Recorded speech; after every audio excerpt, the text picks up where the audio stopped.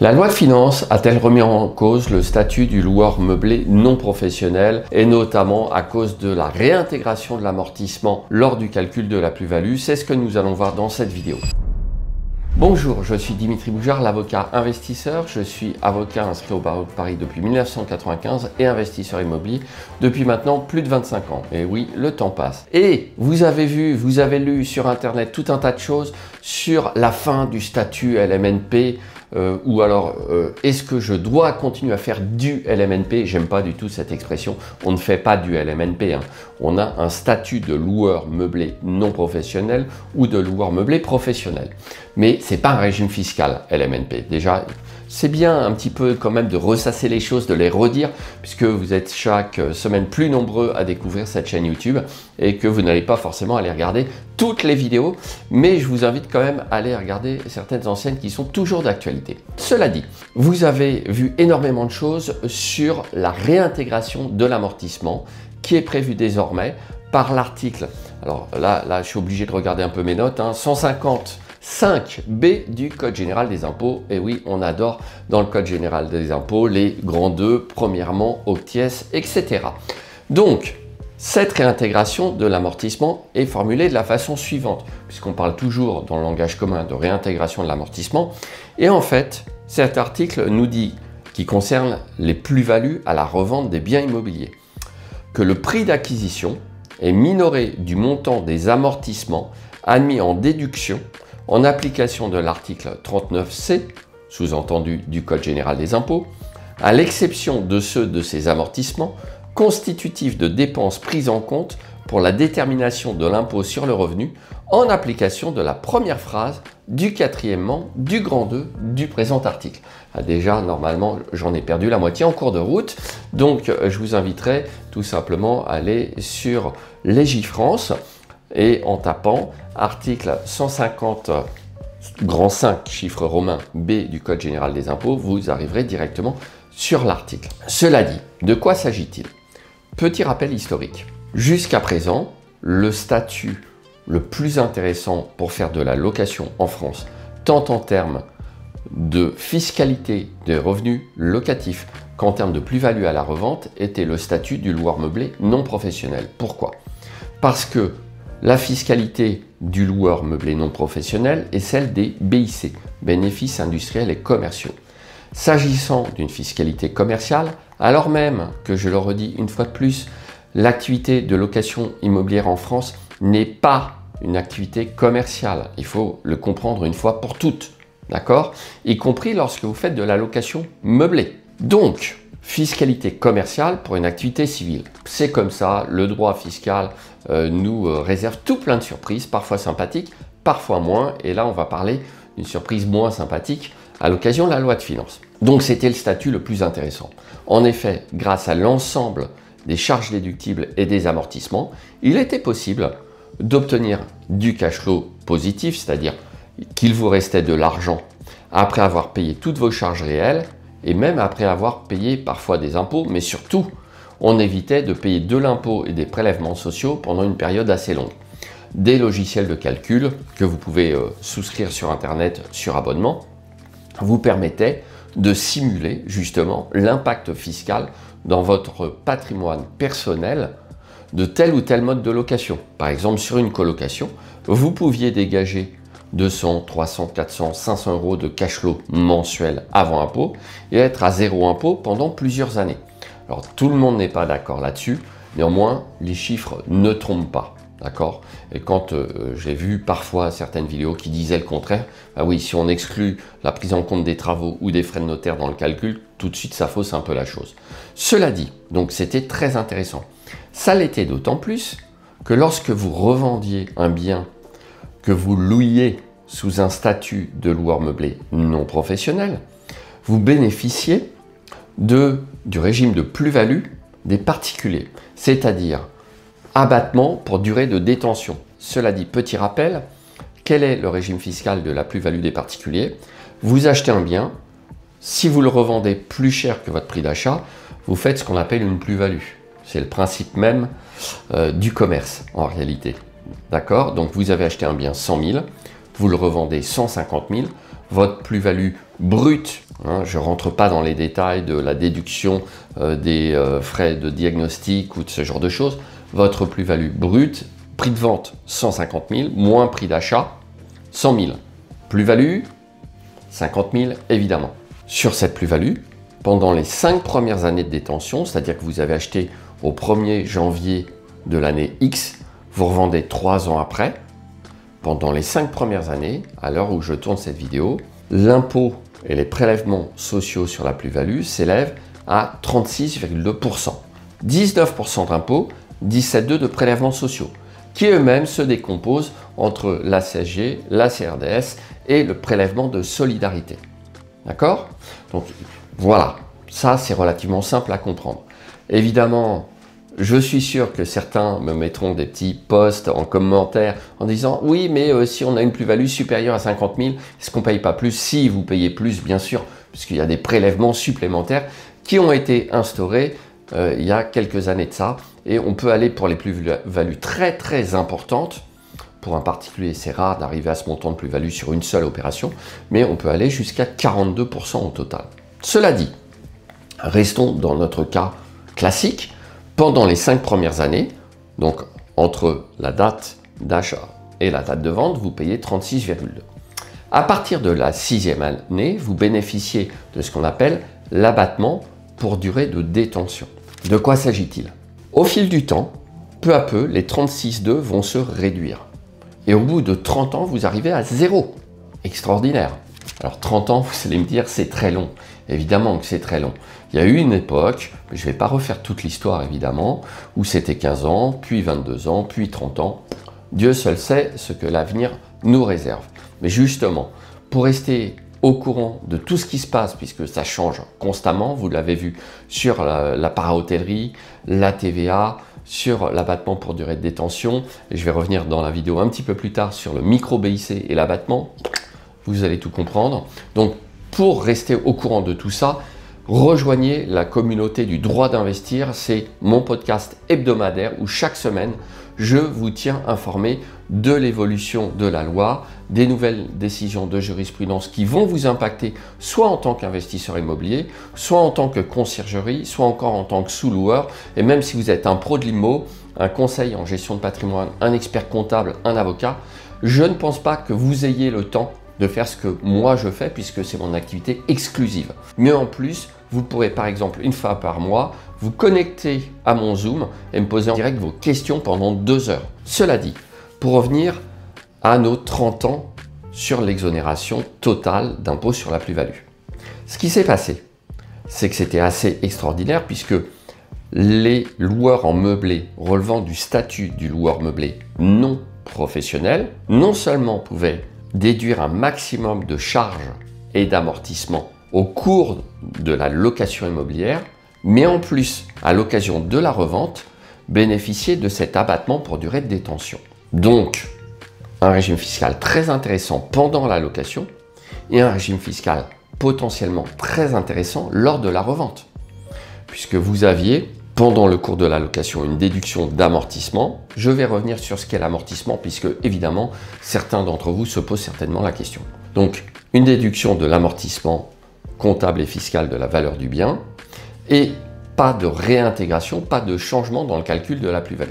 Patatras, la loi de finances pour 2025 est venue évidemment changer tout ça. Pourquoi? Parce que l'État a désespérément besoin d'argent et qu'à l'occasion de rapports sur la fiscalité locative, on a un petit peu jeté en pâture les loueurs meublés dans l'arène fiscale, clairement, en disant bah oui, c'est pas bien le meublé, parce que les gens n'arrivent plus à se loger à cause du meublé. Évidemment, ils ont confondu la location meublée courte durée et la location meublée classique, qui est bien la location de résidence principale.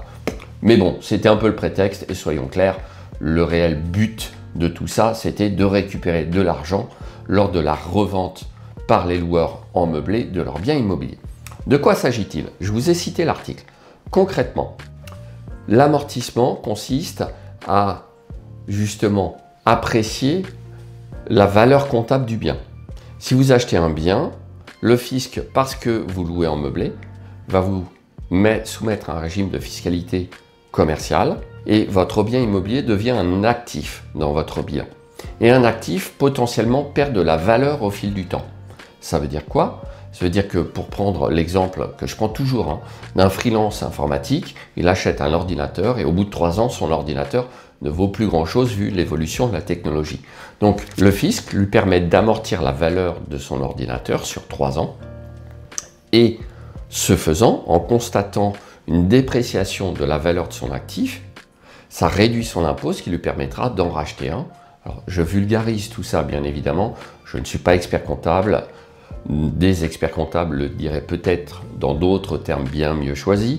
Mais moi, le but, c'est de vous faire comprendre la mécanique, d'accord? Et pas de jargonner, ok? Donc, au bout de 3 ans, cela aura généré une économie d'impôt, ce qui permettra aux freelances informatiques de racheter un ordinateur et de continuer son activité. Paradoxalement, dans l'immobilier, c'était la même chose.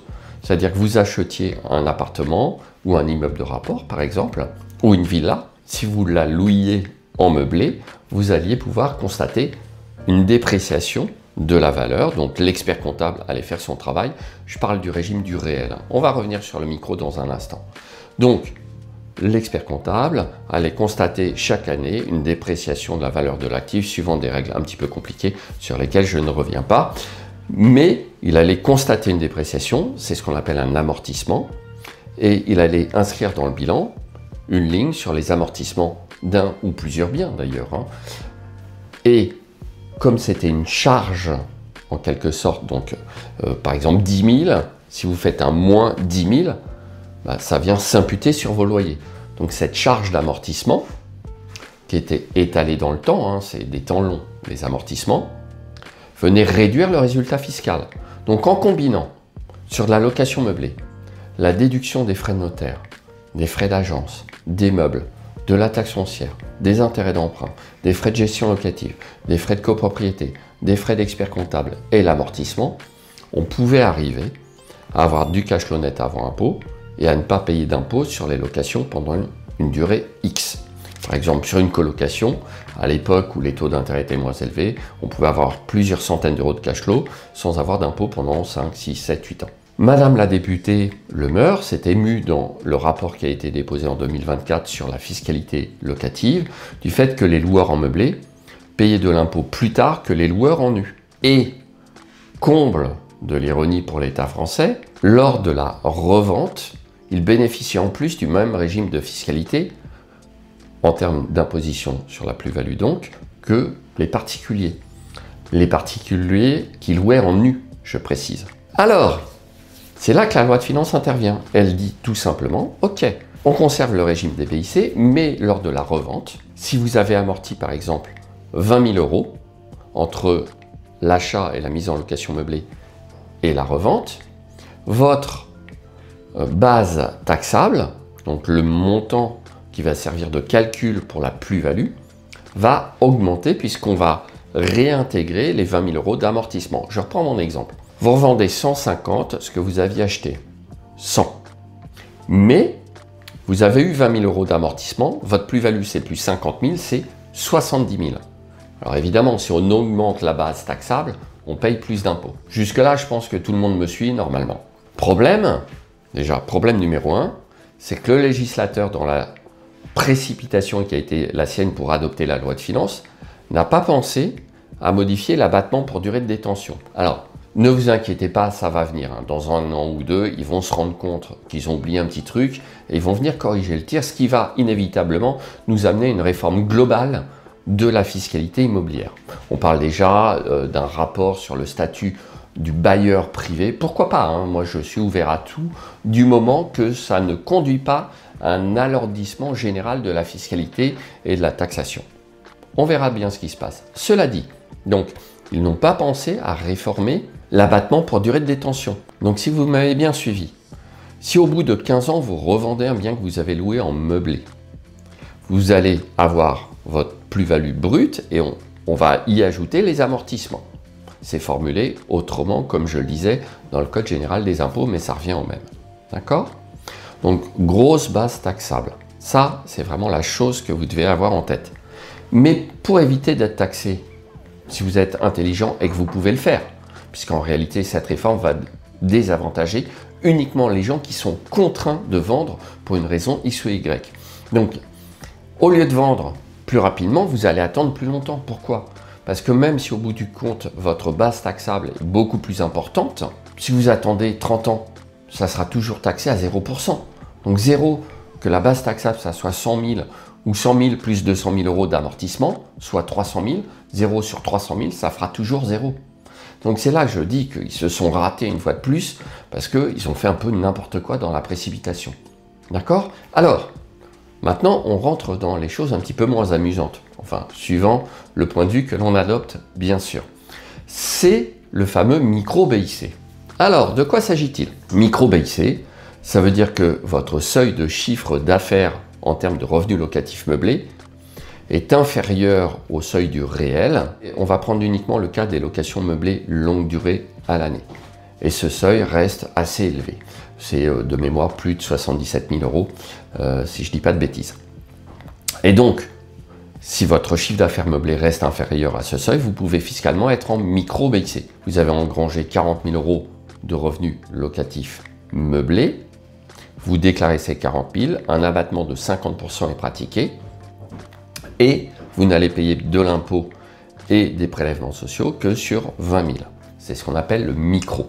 Micro, pourquoi? Parce que ce n'est pas la déduction des charges réelles. D'accord? Alors attention, je parle là du micro sous un statut de loueur meublé non professionnel. J'exclus volontairement les loueurs meublés professionnels qui relèvent d'autres calculs. Et je ne peux pas tout expliquer dans une seule vidéo qui sera déjà assez longue. Donc, vous êtes en micro. Et là, vous dites, ok, je vais revendre. Mais comme je suis en micro et que je ne déduis pas mes charges réelles, je ne déduis pas non plus, puisque je n'ai pas d'expert comptable qui établit un bilan, je ne déduis pas non plus d'amortissement, concrètement. Et c'est là que s'engage la discussion et la bataille d'experts. Certains disent, mais oui, mais le micro-BIC, c'est du micro parce qu'il y a une sorte d'amortissement fictif qui est inclus dans les 50% d'abattement, et que d'autres disent, on ne déduit pas d'amortissement. Donc lorsqu'on va revendre le bien, on ne va pas calculer des amortissements fictifs. Et donc si vous êtes en micro-BIC, vous n'entrez pas dans le cadre de la réforme qui a été mise en œuvre par la loi de finances 2025. Et là, eh bien, tout le monde s'interroge. Il va falloir attendre des précisions qui seront certainement mises dans le bulletin officiel des finances publiques, le fameux BOFIP, pour savoir ce qu'il en est réellement. Alors, quand même, les juristes, c'est-à-dire les avocats, ont tendance à dire qu'il n'y aura pas de réintégration de l'amortissement pour la revente des loueurs meublés non professionnels qui seraient sous un régime fiscal de micro-BIC.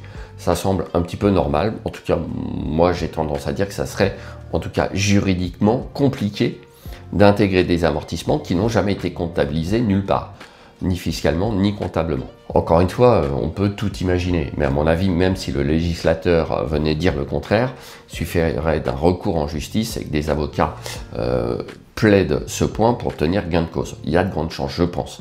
Il n'en resterait pas moins qu'en attendant, il y aurait de grosses difficultés au niveau du calcul chez les notaires.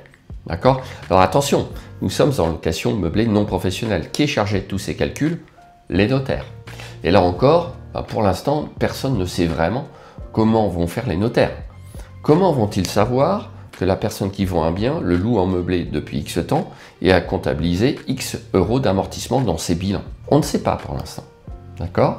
Vous le voyez, cette loi de finances a posé un principe qui a paru simple, mais qui regorge de difficultés, qui va être source évidemment d'un contentieux assez abondant.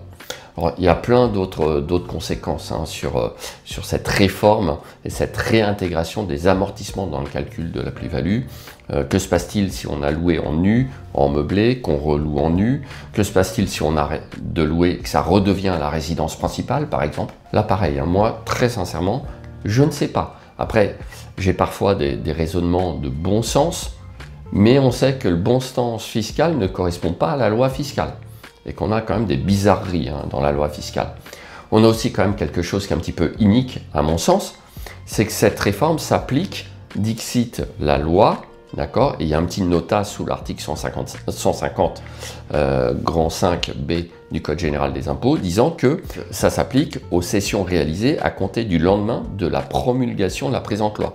À l'origine, il voulait faire rétroagir au 1er janvier 2025, mais comme la loi est parue le 16 février, est en vigueur depuis le 16 février, Ils se sont dit que ça allait sans doute être très compliqué de dire au notaire qui avait vendu entre le 1er janvier et le 16 février, il faut refaire les calculs, d'accord, et il faut réclamer de l'argent au client qui n'est plus là et qui a vendu.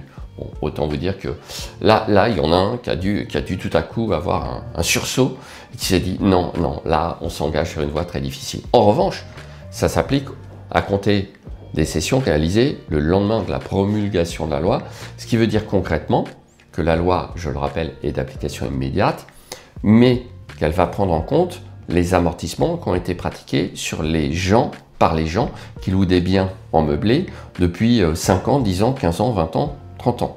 Alors si vous louez en meublé depuis 30 ans, mais que vous vendez, vous avez 30 ans de détention et comme je l'ai dit, c'est pas très grave puisque vous aurez une grosse base taxable, mais vous serez à zéro à l'heure où je réalise cette vidéo. Comme d'habitude, je vous invite néanmoins à aller vérifier les informations que je délivre au regard de l'actualité la plus récente. Et pour ça, si vous êtes dans le droit d'investir, au moins, vous n'aurez pas d'excuses et vous serez censé être au courant.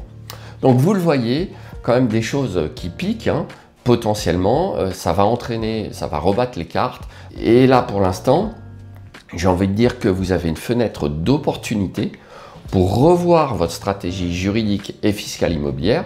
C'est peut-être le moment, dans certains cas, et ne le faites pas uniquement pour échapper à la fiscalité, c'est jamais un bon calcul de se focaliser uniquement sur la fiscalité. Donc c'est néanmoins peut-être un bon moment pour certains d'entre vous de songer, pourquoi pas, si vous détenez les biens et que vous louez en meublé depuis très longtemps, de profiter de ce qui existe encore à l'heure actuelle, à savoir l'abattement pour durée de détention, et pourquoi pas vous refinancer via une revente à votre propre société civile immobilière.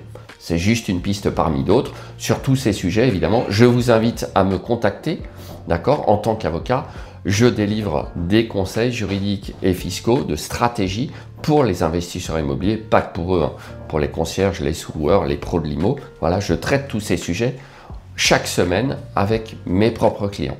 C'était une vidéo un petit peu longue, mais vous voyez, il y a un vrai sujet. Est-ce que lorsqu'on fait de la location meublée en micro-BIC, on va subir les conséquences de la réforme sur la réintégration de l'amortissement lors de la revente? Eh bien, c'est une question qui, une fois de plus, n'est pas totalement résolue, loin de là, elle fait débat et je vous invite évidemment à vous abonner à la chaîne YouTube, à cliquer sur la cloche pour les notifications, vous avez une vidéo par semaine, comme ça vous serez sûr de ne rien rater. D'accord? Vous êtes toujours plus nombreux à suivre ma chaîne. Je vous en remercie puisque c'est ce qui me permet de continuer à vous produire des vidéos pleines de choses concrètes. Vidéo un peu plus longue que d'habitude, mais je vous dis à tout de suite dans la prochaine vidéo.